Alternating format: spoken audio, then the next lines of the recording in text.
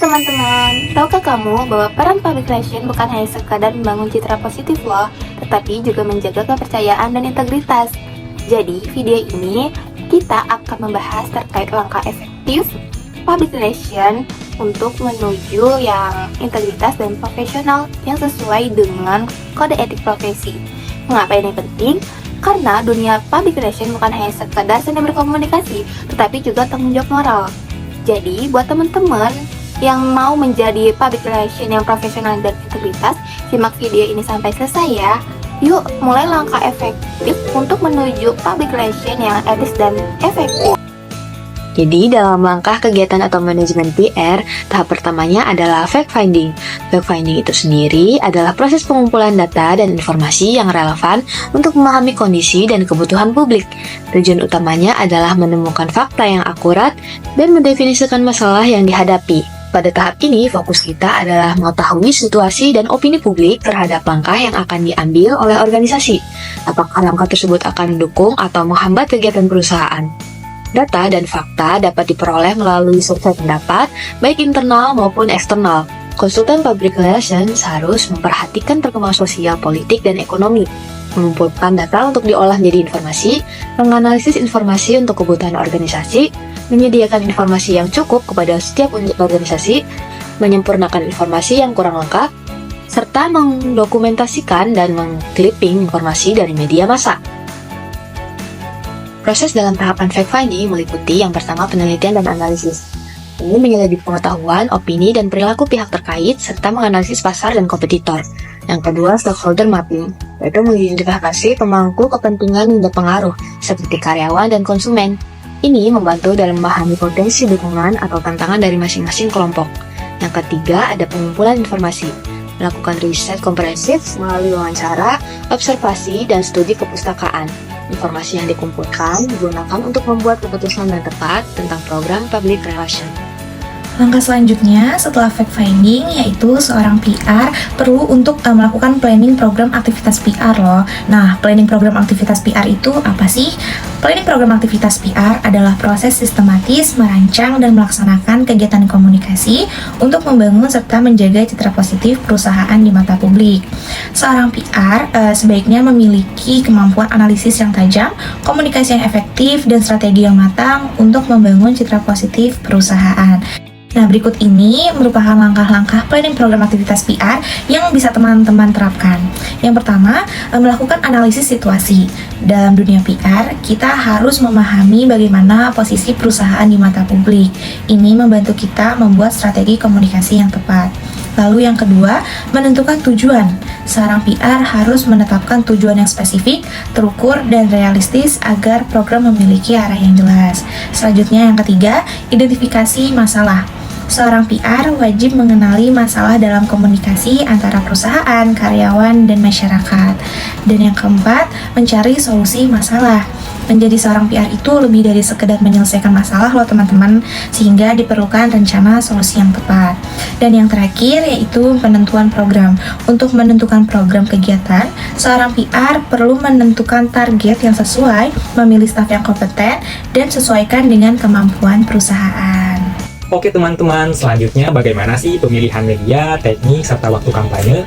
Pemilihan media sangat penting dalam strategi public relation. Media yang tepat akan membantu menyampaikan pesan positif yang memperkuat reputasi perusahaan. Ada 7 faktor utama yang harus diperhatikan, seperti target pasar, efektivitas, anggaran, jangkauan, fleksibilitas, hingga pola penjualan. Dengan media yang sesuai, pesan perusahaan bisa diterima lebih efektif oleh publik. Kemudian pemilihan teknik kampanye juga beragam. Beberapa tekniknya meliputi partisipasi untuk melibatkan audiens, asosiasi yang menghubungkan pesan dengan tren terkini, hingga integratif yang menekankan kerjasama melalui kata-kata seperti kita. Teknik lainnya termasuk ganjaran dengan menawarkan manfaat, icing teknik untuk membuat pesan lebih menarik, empati yang memahami audiens, dan koersi yang bersifat lebih tegas. Teknik ini harus disesuaikan dengan tujuan kampanyenya ya teman-teman. Kemudian pemilihan waktu kampanye juga tak kalah penting. Waktu kampanye harus mempertimbangkan kondisi sosial, ekonomi, dan politik, serta memahami siklus media agar liputan maksimal. Hindari waktu kompetitif, manfaatkan tren musiman, dan gunakan data historis untuk memilih momen terbaik. Waktu yang tepat memastikan pesan tersampaikan dengan optimal. Bagaimana teman-teman? Apakah setuju? Selanjutnya, di sini terdapat langkah terakhir dari kegiatan public relation, yaitu proses evaluasi. Mari kita bahas lebih dalam terkait evaluasi dari public relation. Pertama, apa itu evaluasi public relation? Nah, jadi evaluasi public relation ini tuh seperti GPS bagi strategi komunikasi kita. Bayangkan, jika kamu sedang melakukan perjalanan yang panjang dalam sebuah kampanye PR, evaluasi ini dapat seperti kompas yang membantu kamu untuk terus berada di jalur yang benar. Serta tidak lupa, dia juga dapat mengukur setiap langkah dan juga mengoptimalkan perjalanan. Metode evaluasi public relation. Yang pertama itu ada media monitoring. Di sini kamu akan melacak setiap pemberitaan serta menganalisis citra organisasi secara komprehensif. Sosial media analytical. Di sini kamu dapat menganalisis engagement, sentimen, serta berbagai interaksi di media sosial. Seperti berapa banyak orang yang berbicara tentang organisasimu, lalu bagaimana mereka berbicara. Return on investment. Bahasa kerennya, berapa banyak uang yang dapat kita hasilkan dalam upaya public relation kita. Metode ini tuh dapat mengukur dampak finansial secara langsung serta menunjukkan nilai nyata dari strategi PR yang telah kita lakukan. Oke, di metode terakhir ada Key Performance Indicator, yaitu target spesifik yang ingin kita capai seperti menentukan koordinat tepat. Nah, kali ini kita akan membahas apa itu kode etik PR. Teman-teman tahu tidak apa itu kode etik PR? Kode etik PR merupakan panduan atau pedoman yang berisi aturan perilaku yang harus dipatuhi oleh setiap praktisi PR.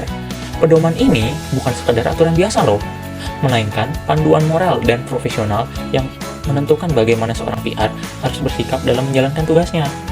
Dapat dikatakan bahwa kode etik PR menjadi kompas yang menunjukkan arah mana yang benar dan mana yang salah dalam dunia PR. Dengan adanya kode etik ini, setiap PR mengetahui bahwa batasan-batasan dalam menjalankan pekerjaannya. Di era digital yang dinamis seperti sekarang, kode etik PR menjadi peran yang sangat penting. Informasi bergerak dengan sangat cepat dan menyebar ke berbagai platform dalam hitungan detik. Di situasi ini, kode etik PR berperan sebagai pengawal yang memastikan setiap langkah tetap berada dalam jalur yang tepat. Kode etik PR dapat diibaratkan sebagai panduan fundamental bagi praktisi PR. Ini merupakan kumpulan prinsip yang telah dikembangkan dan disempurnakan untuk memastikan setiap PR dapat menjalankan profesinya dengan integritas dan profesionalisme yang baik. Nah, mengapa sih kita perlu kode etik PR? Ada beberapa tujuan penting nih yang perlu kita pahami bersama. Yang pertama, untuk menjaga standar profesionalisme. Seperti standar kualitas yang harus dijaga dengan konsisten, setiap praktisi perlu memerlukan performa terbaik dalam setiap aspek pekerjaannya. Kode etik menjadi acuan yang memastikan standar tinggi ini selalu terjaga. Nah, yang kedua, untuk melindungi kepentingan publik dan klien. Kode etik PR berperan sebagai penyeimbang yang menjaga harmoni antara kepentingan klien dan juga masyarakat. PR bertugas memastikan setiap informasi yang disampaikan bersifat valid, akurat, dan memberikan manfaat pada publik. Nah, yang ketiga, untuk membangun dan menjaga kepercayaan publik. Aspek ini menjadikan profesi PR memiliki nilai khusus. Seperti profesi lain yang mengandalkan kepercayaan publik, PR juga perlu menjaga kredibilitasnya di mata masyarakat. Nah, yang terakhir, sebagai panduan saat menghadapi situasi sulit, di mana dunia PR tidak selalu memiliki jawaban yang jelas. Ada kalanya situasinya yang memerlukan pertimbangan mendalam. Dalam kondisi ini, kode etik PR menjadi pedoman yang memberi arahan untuk mengambil keputusan yang tepat. Dengan demikian, kode etik PR menjadi fondasi yang memperkuat eksistensi profesi PR. Melalui kode etik ini, PR dapat menjalankan perannya sebagai mediator komunikasi yang profesional, beretika, dan dapat diandalkan. Oke, gimana nih? Udah paham ya mengenai tujuan kode etik itu dibuat?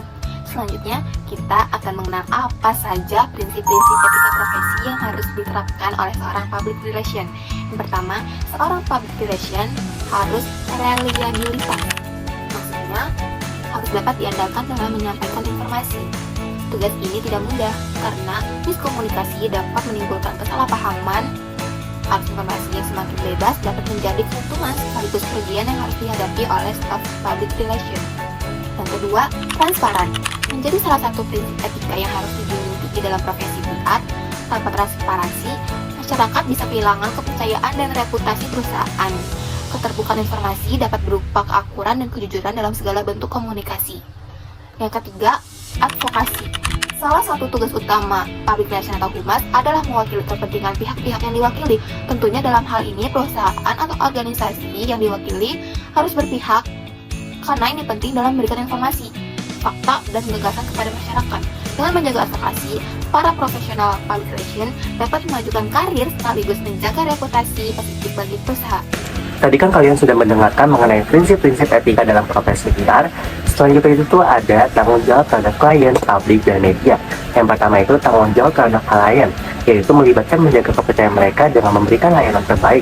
Hal ini mencakup seperti menjaga kerahasiaan informasi klien, memberikan saran atau layanan yang jujur dan profesional, dan menghindari konflik kepentingan yang dapat merugikan klien. Jadi, jangan pernah membocorkan informasi pribadi klien tanpa izin mereka ya. Yang kedua ada tanggung jawab terhadap publik, yaitu sebagai profesional tanggung jawab kita juga ada pada publik. Berarti kita harus memberikan informasi yang benar dan tidak menyesatkan, bertindak demi kebaikan pada masyarakat, dan tidak hanya demi keuntungan pribadi atau perusahaan, dan mendukung keadilan sosial dan lingkungan. Yang ketiga ada tanggung jawab terhadap media. Media ini memainkan peran penting dalam menyampaikan suatu informasi. Oleh karena itu, tanggung jawab kita harus memberikan data yang akurat dan berbasis fakta, tidak menyebarkan informasi palsu atau bias, dan bersikap transparan saat bekerjasama dengan media. Sehingga selalu cek fakta sebelum berbicara atau mempublikasikan informasi ke media. Ada kode etik, ada peraturan. Ada peraturan, pastinya ada sanksi dan pelanggaran yang dibuat dong. Kali ini kita akan mengulik tentang apa aja sih pelanggaran kode etik jika seorang profesi public relation melanggar peraturan. Pelanggaran kode etik profesi public relation dapat berupa yang pertama, menyebarluaskan informasi yang tidak benar atau menyesatkan. Yang kedua, memanipulasi integritas sarana atau jalur komunikasi massa. Yang ketiga, tidak memperhatikan kepentingan masyarakat dan harga diri anggota masyarakat. Yang keempat, tidak menjaga kerahasiaan perusahaan. Dan yang terakhir, yang kelima, memanfaatkan dana investasi untuk kepentingan pribadi. Contohnya apa ya? Contohnya dapat kita lihat dari perusahaan-perusahaan besar, yaitu diskriminasi, pelanggaran, keselamatan, penyuapan, pencurian, atau konflik kepentingan. Lalu, bagaimana sih sanksi bagi pelaku yang melanggar? Mereka, si pelaku, pastinya akan dikenakan sanksi. Sanksinya dibagi berapa 3 jenis, yaitu yang pertama, sanksi ringan. Sanksi ringan itu seperti peringatan secara tertulis. Yang kedua, sanksi sedang seperti penundaan posisi atau keanggotaan. Atau yang ketiga ini, sanksi berat yang berupa pemberhentian tidak hormat yang diputuskan oleh Majelis Kehormatan Hakim. Nah, sekarang saatnya kita uji pemahaman teman-teman ya. Setelah pemaparan tadi, kita punya beberapa soal latihan yang akan membantu teman-teman mengasah pemahaman lebih dalam tentang langkah-langkah efektif dalam public relation berdasarkan kode etik profesi. Nah, untuk teman-teman yang lagi nonton, boleh nih dikerjain di buku masing-masing, atau kalau teman-teman mau komen di bawah, juga boleh kok. Cara mengerjakannya cukup mudah, bisa di-pause dulu ya videonya. Jangan khawatir, pembahasannya ada di deskripsi video ini. Jadi, teman-teman bisa mengecek dan memperdalam pengetahuan setelah mencoba soal-soalnya. Ayo coba soal-soalnya dan lihat seberapa jauh kamu sudah memahami materi yang telah dibahas. Semoga setelah menonton video ini, kalian bisa memahami betapa pentingnya menerapkan kode etik profesi dalam praktik public relations. Dengan mengikuti langkah-langkah yang telah dibahas, diharapkan kalian bisa menjadi seorang PR yang tidak hanya efektif, tetapi juga memiliki integritas yang tinggi. Terima kasih sudah menyimak video ini. Jangan lupa untuk terus belajar dan mengasah keterampilan PR kalian. Sampai jumpa di video berikutnya.